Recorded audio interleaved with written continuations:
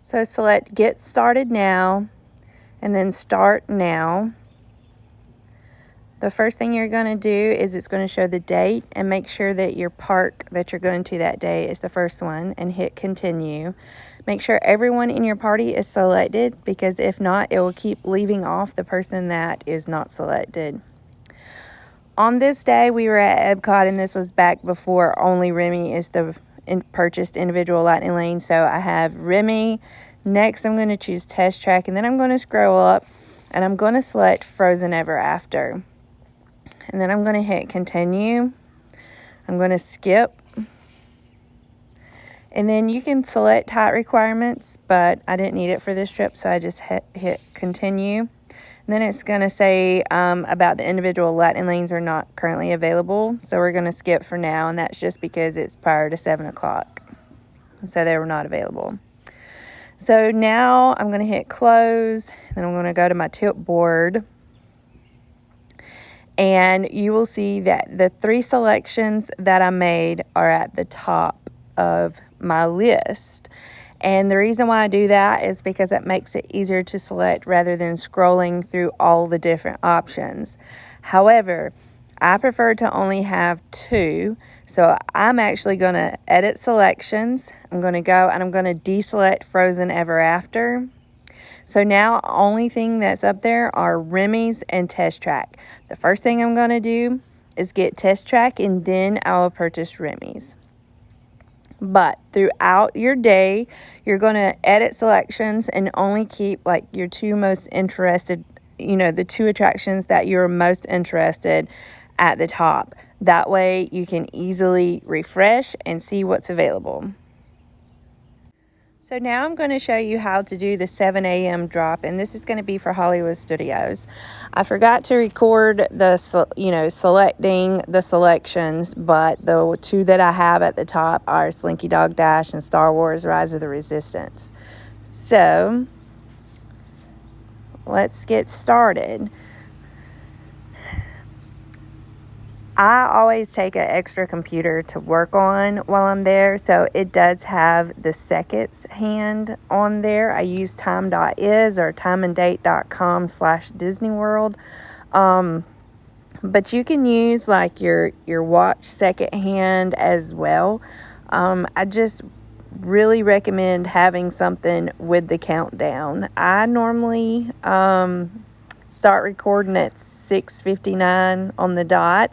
I also recommend screen recording the process.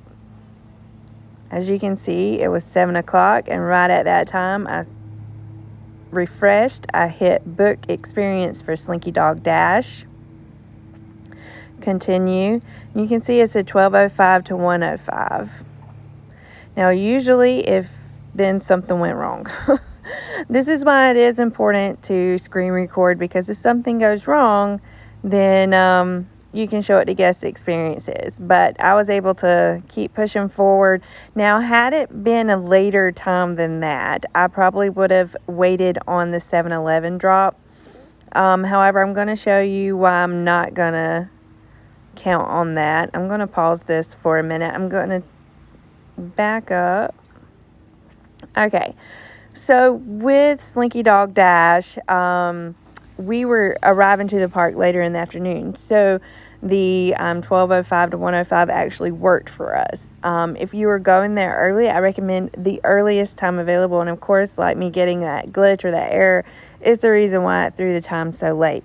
So after purchasing Slinky Dog Dash, I'm actually going to come and I'm going to purchase Star Wars Rise of the Resistance.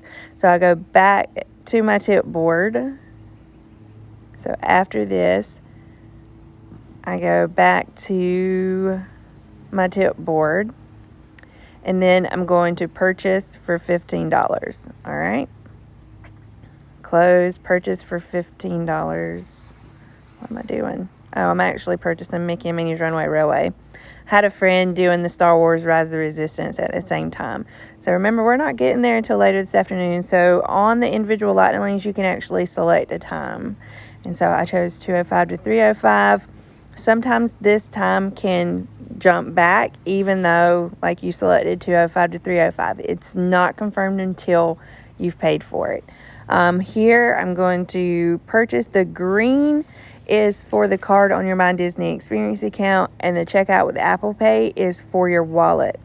It just depends on how I'm feeling. For this one, I did the Apple Pay, and I do recommend having an Apple Pay just because sometimes like your payment method might get denied, and so this will be a way to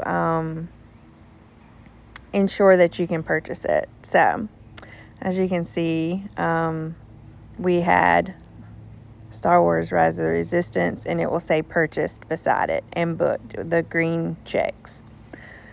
All right, so that was Hollywood Studios. You do this for every park. It's pretty much the same process for every park, and you just put the 2 that you want up at the top. Like I said, I only recommend putting 2, and as you can tell, I had someone else helping me on this day.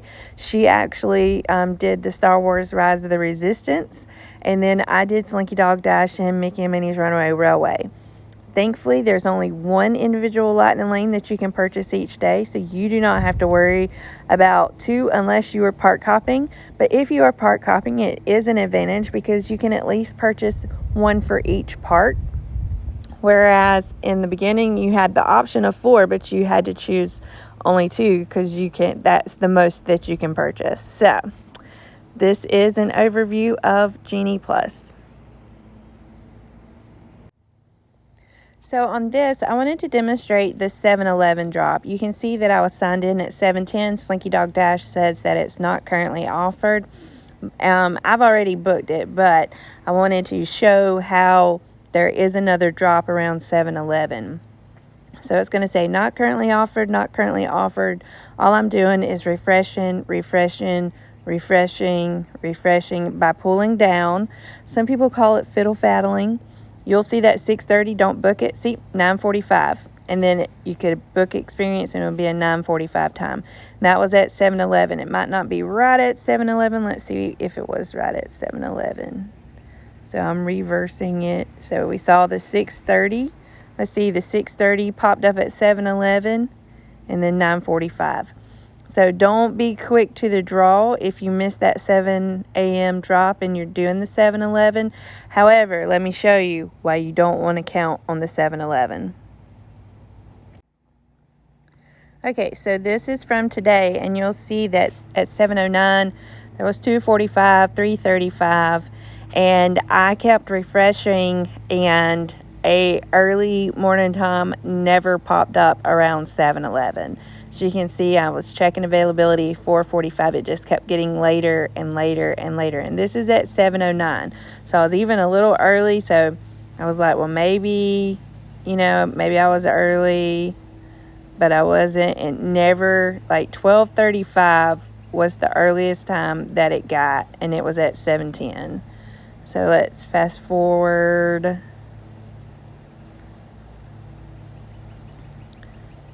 See, 7:10, that one. Let me try to get 7-Eleven.